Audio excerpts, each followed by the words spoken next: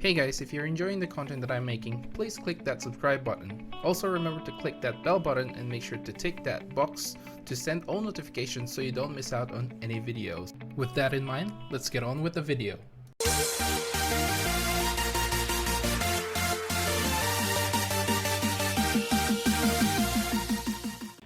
What's up guys, welcome to Munchkins Gaming, where we take your gaming to the next level. This is Munchkins logging in to bring you another Dissidia Final Fantasy Opera Omnia video.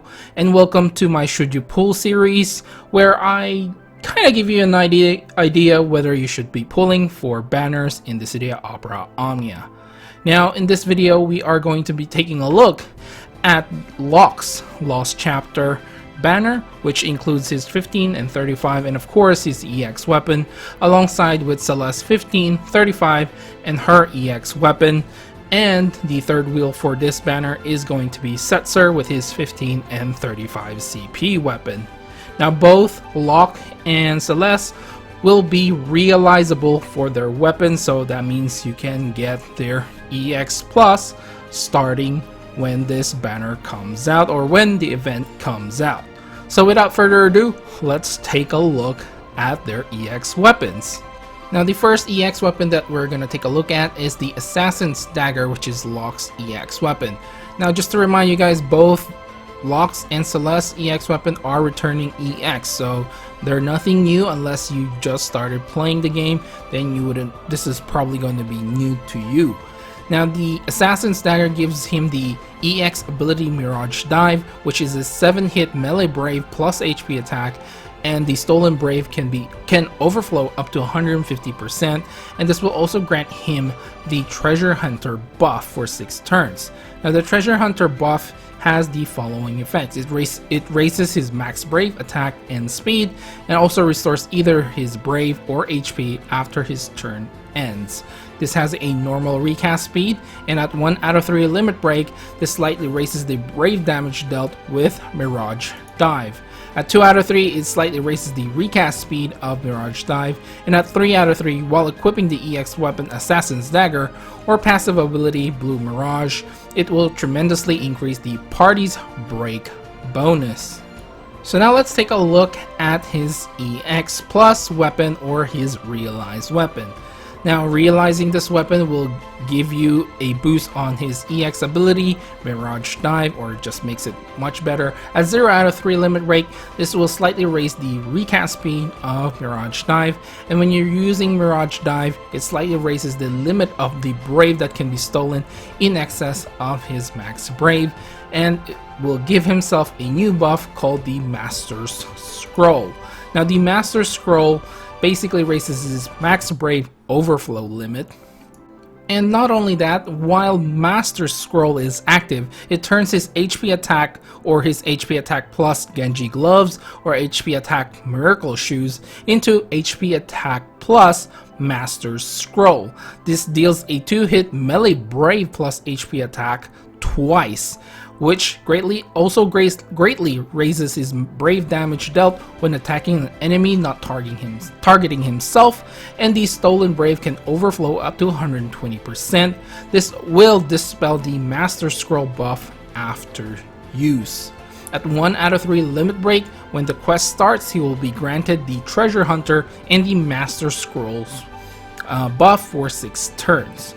At 2 out of 3, it moderately raises the max brave and greatly raises his attack. And finally, at 3 out of 3, when using Mirage Dive, this now deals a 6-hit melee brave plus HP attack twice instead of the initial 7-hit melee brave plus HP attack. This will also increase the total brave potency and will deal 20% splash damage on the other targets. You will also get a bonus sphere called Sneak Attack Up Long when attacking an enemy not targeting yourself. This will raise the attack by 10% for 6 turns. So after listing all this information to you guys, what do I think of Locke as an overall character? Now you guys have to understand, he doesn't get a rework with his Lost Chapter. He did get it a little bit earlier on with the Crystal Awakening. So overall, I think Locke is in a place where he's sort of a hybrid DPS healer, but at the same time, there are so many good DPS characters already out there, especially in the melee department, so it's a tough sell to get you to max out Locke. I really like that the Master Scroll actually raises his max Brave overflow limit. The only thing I don't really like about this is when you use that HP attack plus, you actually lose the buff. So there is some micromanagement to go along with his buff, just like his Genji gloves and his miracle shoes. They do disappear once you use your HP attack plus. Overall, I think he's not a really great character, but he's not also a bad character. So at 3 out of 3, he sort of gets this like Squall-like and Cloud-like extra hits. So it attacks twice now instead of just the one time. So I mean, I like it because it does a little bit of splash damage on the non-targets, but it's only 20%, so it's really a tough sell for me.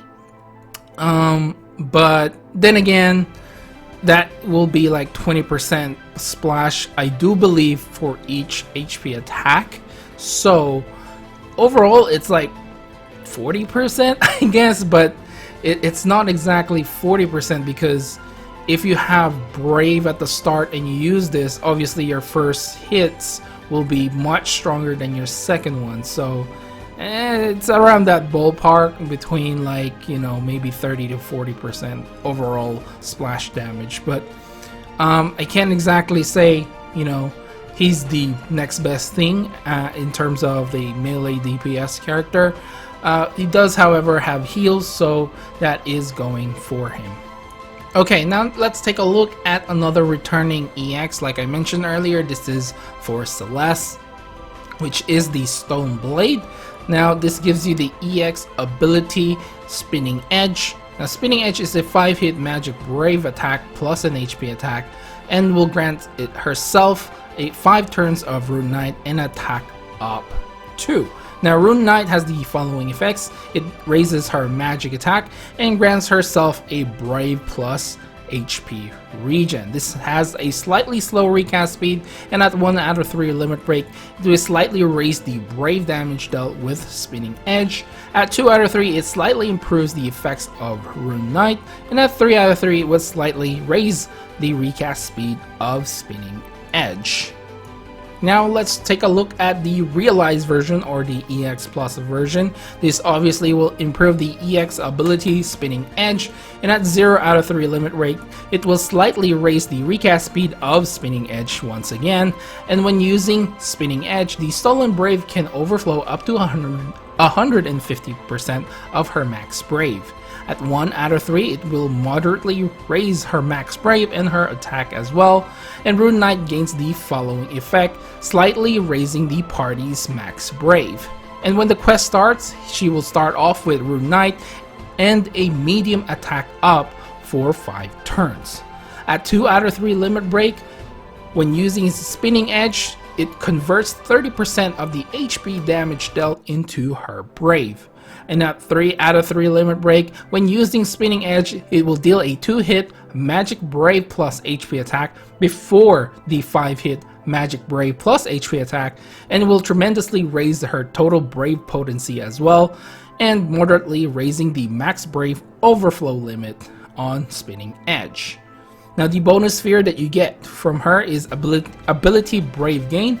After using an ability, it will raise the Brave by 40% of her initial Brave. This can only be used at once per turn, and enhanced Brave plus Brave and slash HP attacks are included in this as well. Now Celeste does get a rework when Locke'S Lost Chapter comes out. Now she doesn't really have a lot of big rework with this one. The only ones that I can find really is a change to her abilities. Now Shine Edge, which is her first ability I believe, will increase its Brave hit to 5 instead of the current 2 I do believe, and the Brave overflow will have a brave overflow, sorry, to 150%, and this will also increase her brave by 30% of the HP damage dealt by Shine Edge. Now, Runic is her second ability. It will now trigger a Brave plus HP attack post granting Brave. The overflow for this one is 120% and increases the Brave by 30% of the HP damage dealt, once again just like Shine Edge. This also grants the allies a magic damage resist thanks to the Brave Magic Absorb. This also increases our buff duration by 2, and it also has a low action delay. And now her HP attack plus will get a 120% max Brave overflow limit on it as well as converting 10% of the HP damage that she does into Brave. Okay guys, so after giving you all these information of her EX and her EX Plus, and of course her rework as well, what do I think of Celeste as a character overall? I think with this rework they fixed a lot of the problems with Celeste. Now Celeste still remains a niche tank where she is a magic absorbing tank. So if you're fighting a physical attacker boss, we're probably not the best tank to bring along. I do believe like Warrior of Light still sort of covers you from that, but if you are fighting like the Ultimate Trials or even some of the lost chapters that we gotten recently, something comes to mind is Deuce's lost chapter, and of course Agrius's lost chapter. They all use like magic attacks, so Celeste can actually help you clear those fights. Plus, like I said earlier, they kind of fixed some of her problems with obviously dealing damage. She was really a tank first rather than a damaging tank, but now with the chaos, tanks need to be able to pull their own weight. Now with Shine Edge doing 5 hits instead of the 2 and having an overflow is actually really great, and the same thing can be said to Runic having now a Brave plus HP attack, and both of these actually give herself a Brave back. It's only 30% of her HP damage dealt, but at the same time it's actually a really nice little buff so she doesn't get broken straight away. You can sort of think of it as her own personal shield. She will do her damage, get the Brave back, and therefore if the boss has some sort of physical attack instead of a full-on magic attack, at least she will be able to take on those damage and hopefully not get broken. Plus her HP attack plus also get a 120% overflow, plus gives you extra Brave back again with the 10% of your HP damage dealt. So overall, a very nice character rework, I believe. I feel like she could have gotten maybe a little bit more, but I think this Celeste was during around the time where not all the passives are just like very selfish, because she gets like a buff attack and boost up already, which increases her max Brave and attack while she's buff. So I think before Celeste there was a lot of characters that only have gotten like maybe one stat increase for their passives, and those got reworked. And Celeste overall, I think, even though I feel like she could have gotten a little bit more, I think she's a solid magic tank. Okay guys, now let's take a look on how much you should invest on these EX Plus if you do decide to EX Plus their weapons. First off, let's take a look at Locke. I do believe the minimum investment you should be putting here is 1 out of 3. And this is so you can start off the quest with the Treasure Hunter buff and the Master Scroll buff as well. You can keep the Master Scrolls buff as long as you want.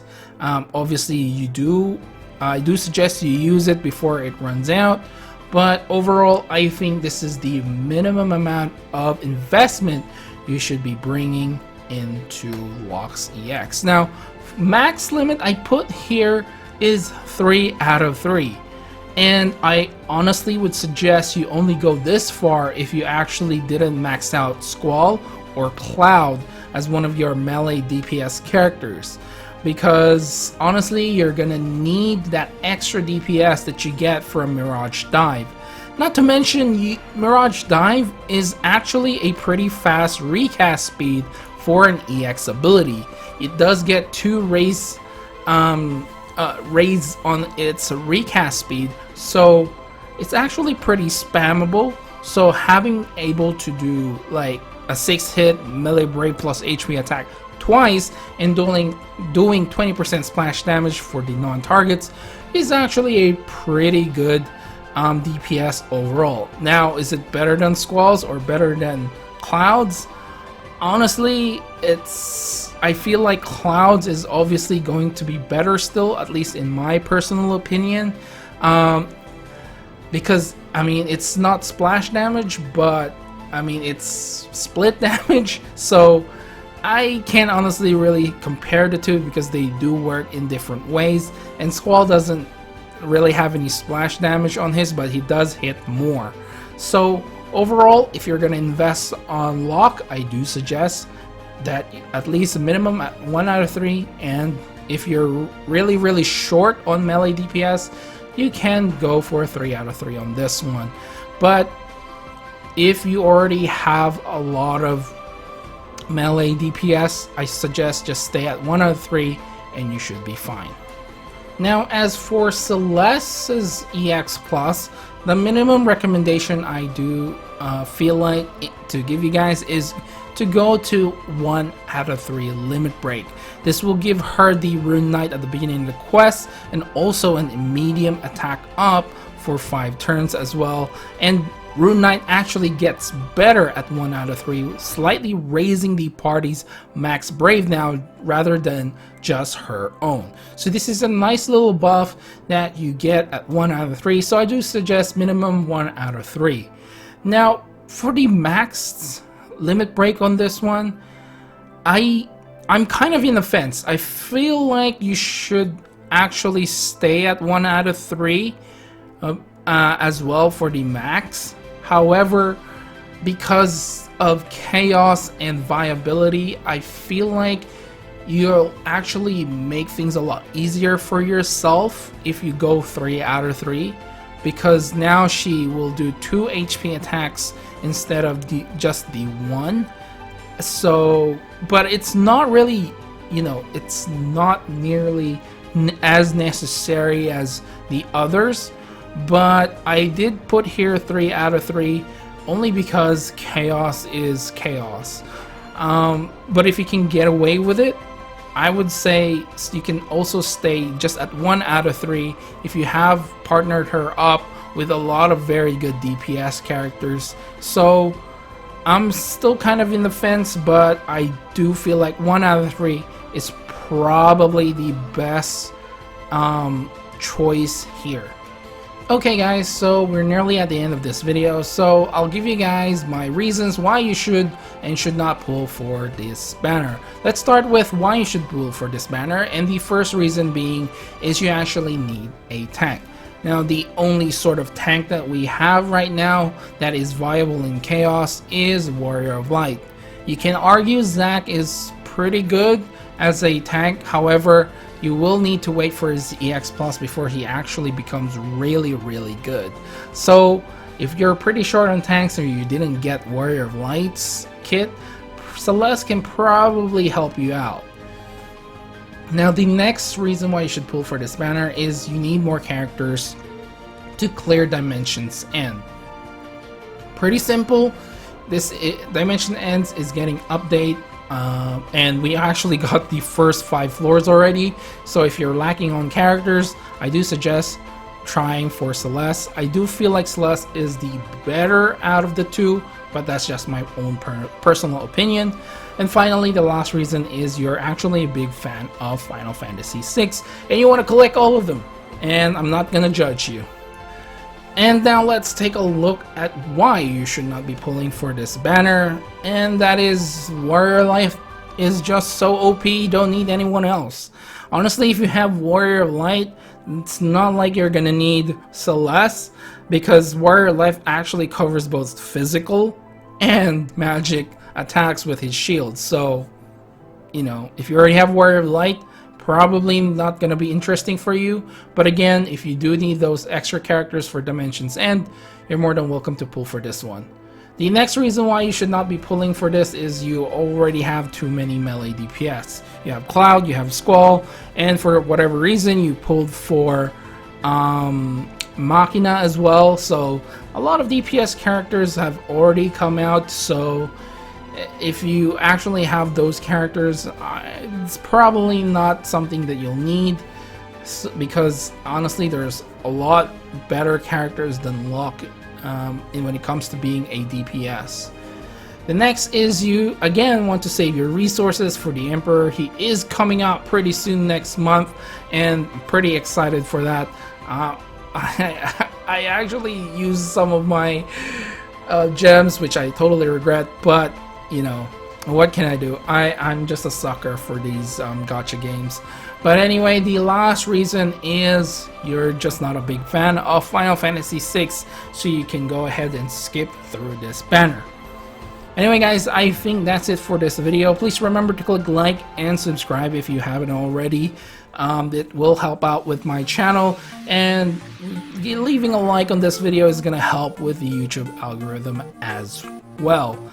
Now, make sure to follow me on my social media as well. I am on Facebook, I am on Twitter. Leave down in the comments below whether you're going to be pulling for this banner. I want to know if you guys are really interested. Who are you more interested on? Are you more interested in Locke, or are you more interested in Celeste? Let me know down in the comments below. This is Munchkins logging off, and I'll see you guys in the next level.